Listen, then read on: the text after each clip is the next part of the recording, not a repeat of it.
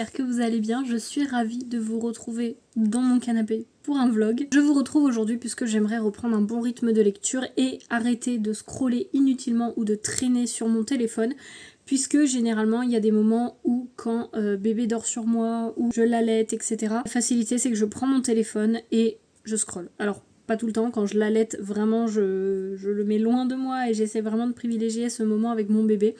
Mais d'une manière générale, entre la lecture et le téléphone, il y en a un qui prime beaucoup plus que l'autre et j'aimerais changer ça et c'est pour ça que je vous retrouve. Tout simplement parce que dernièrement j'ai eu plus de livres qui sont rentrés que de livres qui sont sortis de ma pile à lire, même si ma pile à lire est actuellement où je vous parle, elle doit être à 39 livres donc c'est pas non plus énorme. Faut quand même se rappeler qu'à une époque j'étais à plus de 100 livres dans ma pile à lire, donc je progresse. Et en tout cas j'aimerais dans cette vidéo essayer de lire un maximum de livres de ma pile à lire de printemps. J'ai commencé ce matin Donne-moi le monde de Lloyd Jones qui est dans ma pile à lire de printemps, donc de Michel Lafon. Si jamais vous n'avez pas vu cette vidéo, je vous invite à aller la voir, je vous la remets dans le petit i. Et ici, on est sur l'histoire d'une femme noire seule sur une plage de Sicile qui a traversé la Méditerranée pour retrouver son fils avec rien de plus que son uniforme de femme de chambre et un couteau dans un sac en plastique. Elle marche vers Berlin. Elle marche vers son fils qu'elle a vu seulement 2 jours avant qu'on lui enlève. C'est l'histoire d'une mère prête à tout pour revoir son enfant et pour le moment, j'en suis là à une 60aine de pages où en fait on y suit des témoignages un petit peu de chaque personne qui a pu croiser sa route, sachant que ce n'est bon ni pour le moral, ni pour le cerveau, ni pour le bébé, avant tout puisque avec les téléphones il y a quand même beaucoup d'ondes, etc. Donc j'aimerais un maximum l'éloigner de lui quand je l'ai avec moi. Donc en version e-book, je suis en train de lire un service presse qu'un auteur m'a envoyé. Je me souviens plus du titre, j'ai un gros doute. Et en fait, je crois que je suis à peu près à 20%. Ça fait un moment que je l'ai commencé et j'ai l'impression d'avancer très lentement dedans. J'avais besoin de commencer autre chose aussi en lecture puisque tout simplement, avec ce qui se passe dans le monde, alors je vais pas en parler parce que j'ai pas envie de faire un vlog où il y a des choses anxiogènes dedans, c'est pas du tout le but. Mais avec ce qui se passe dans le monde en ce moment, là, dans cette histoire, on y suit le futur très très lointain, 2260 je crois, on est dans les années. Il y a eu la guerre sur Terre, c'est devenu une planète complètement inhabitable. Donc on suit des personnages qui se sont retrouvés sur Mars avec une intelligence artificielle qui est venue quasiment à les gouverner. Enfin voilà, un petit peu le topo de la dystopie. Et en fait, le fait de cumuler les informations plus cette lecture qui est quand même axée entre guillemets négativement, je vous avoue que j'avais quand même besoin d'autre chose. Donc j'essaye d'alterner et ne pas lire que cette lecture qui est ma foi très bien. C'est juste que je pense que c'était peut-être pas le bon moment pour que je la commence. Après je passe pas non plus un mauvais moment mais du coup j'y vais quand je le sens. Donc voilà, c'est pour ça que je la coupe un peu avec d'autres lectures.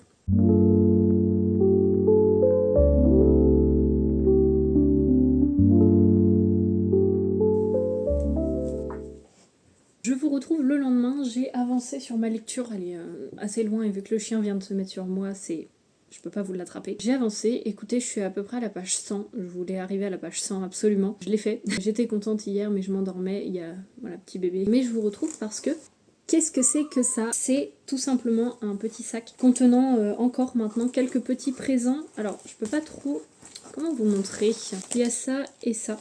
Et en fait, qu'est-ce que c'est? C'est tout simplement Evali qui m'a fait un petit sac contenant différents cadeaux dedans qu'elle a emballé de soins puisque j'en avais parlé avec elle. Je comptais pour mon postpartum, donc la période suivant l'accouchement. Je voulais m'acheter par exemple un calendrier de l'Avent soldé puisque je voulais l'acheter en janvier.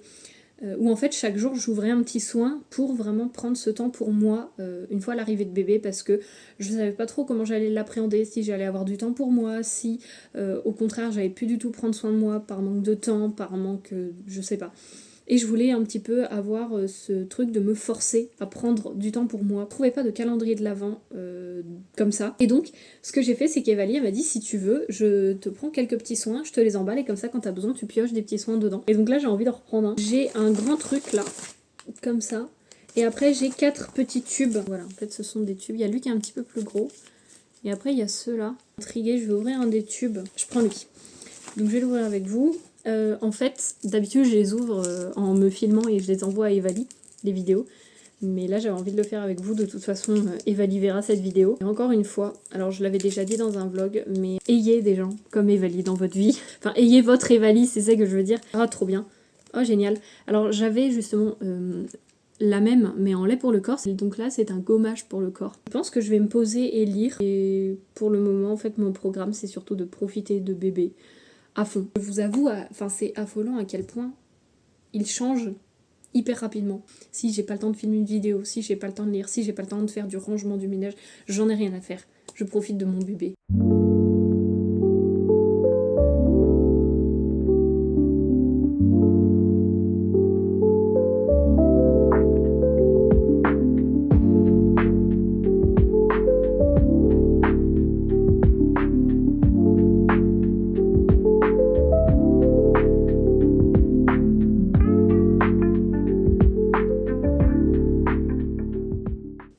Un peu plus de 100 pages pour ce livre. Je vais tenter de le terminer ce soir. Je crois pas trop, parce que 100 pages ça fait un peu beaucoup là pour mon rythme en ce moment.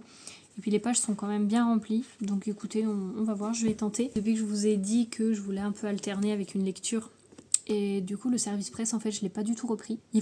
J'aimerais avancer au moins 10% par 10%, enfin au moins 10% par jour. Je suis à 25% du livre, très exactement. Et ma liseuse me dit qu'il me reste 5h20 de lecture, je vous montre juste là.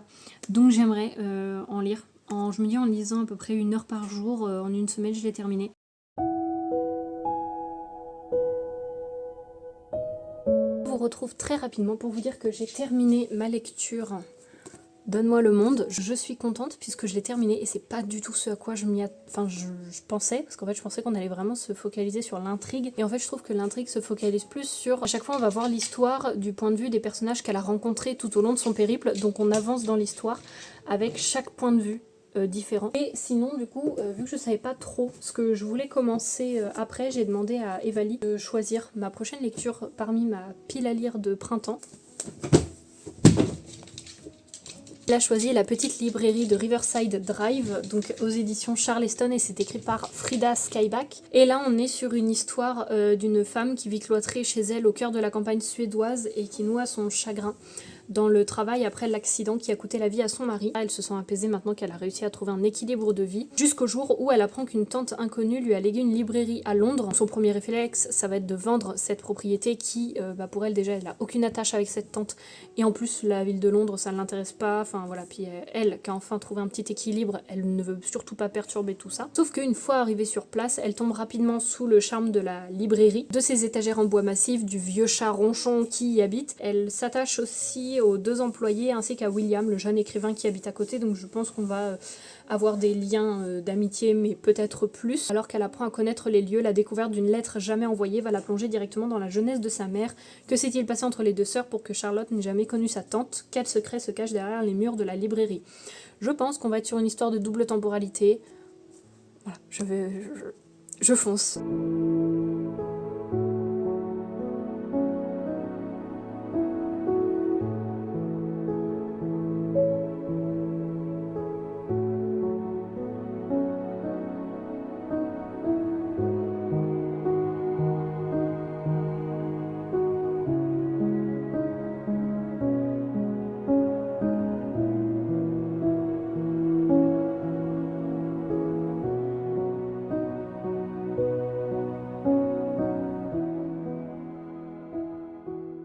Je vous retrouve avec petit bébé parce que on a fait pas mal d'exercices d'éveil ce matin, et là au bout d'un moment ça a commencé à l'agacer. Mais du coup je suis plutôt contente parce que là au niveau de mes lectures je suis à peu près à 60% du service presse, donc la mécanique irréversible. Ce qui me freine un peu c'est le côté où il y a beaucoup de politique dedans.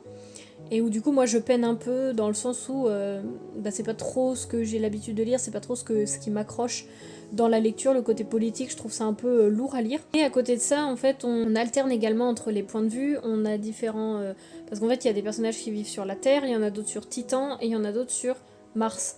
Donc en fait on alterne un peu les 3 visions, et je crois même qu'on a peut-être d'autres points de vue de personnages. Du coup ça donne quand même un petit rythme qui est assez intéressant. Donc là je suis à peu près à 60% du livre. Et sinon... C'est La petite librairie de Riverside Drive, donc de Frida Skyback, que j'aime beaucoup pour le moment. J'en suis là. J'en suis pas encore à la page 100. Je suis à la page 86. Et franchement, c'est un contemporain qui est très fluide, qui se lit trop bien. Et pour le moment, j'adore. Voilà, j'en ai pas lu très longtemps. En tout, j'ai dû en lire 40 minutes, je dirais. Mais la lecture se fait quand même très très bien, donc je suis super contente, et puis je passe un très très bon moment pour l'instant. Donc je vous tiendrai au courant de la suite, mais pour le moment c'est vrai que mes lectures avancent bien, parce que j'arrive à faire mes 10% du service presse par jour, Et j'ai commencé l'autre roman qui se lit plutôt rapidement et qui est très fluide. Donc c'est plutôt cool tout ça.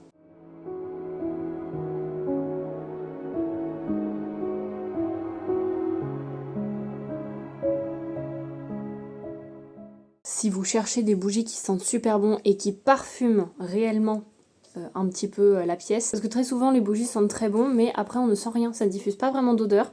Il n'y a pas de partenariat ni rien. J'ai acheté moi-même mes bougies, mais ça fait plusieurs fois que j'en utilise et c'est les bougies de Charroux. Je vous montre un petit peu. Je sais pas si vous allez bien voir, mais elles sont exceptionnelles. Là, j'en ai une, c'est pistache amande. Je l'ai ouverte hier, j'en ai fait une utilisation.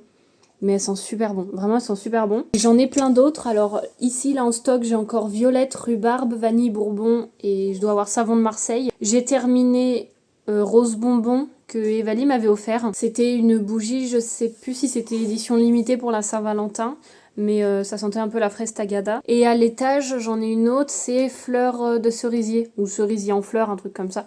Et pareil, ça sent super bon. Donc vraiment, si vous cherchez des bougies de qualité, il y a plusieurs formats. Je crois qu'il y a 3 formats. Il y a les grandes bougies. Ça, ce sont les moyennes. Et après, il y en a des petites. Alors, je ne saurais pas vous dire un peu le format, la taille des autres. Mais là, les grosses bougies comme ça, elles sont à 11 €. Et regardez comment elles sont remplies. Hein. Là, vous voyez, je l'ai déjà fait brûler pendant plusieurs heures. Elle est encore bien remplie. Enfin, c'est rempli à ras-bord. Donc, je trouve qu'au niveau même des quantités, on est quand même sur quelque chose de trop bien. Voilà, c'était juste la petite info du matin. Je me suis dit qu'il fallait que je vous partage si jamais ça peut vous intéresser, parce que pendant longtemps, j'allais tout le temps acheter mes bougies à Action. Parce que j'aime beaucoup mettre des petites bougies pour une ambiance, etc. Mais à chaque fois, elles se brûlent très vite. Et en plus de ça, c'est pas forcément une composition qui est très très bien. Je ne sais pas là combien elle dure, c'est pas écrit. Enfin, faut... Voilà. Moi vraiment, là, l'autre que j'ai utilisée, je l'allumais quasiment tous les jours et elle m'a duré peut-être un mois. Enfin, franchement...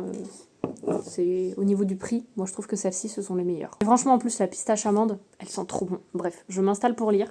Je suis toujours avec mon service presse que j'ai pas trop avancé ces 2 derniers jours. Mais sinon la petite librairie de Riverside Drive, j'adore.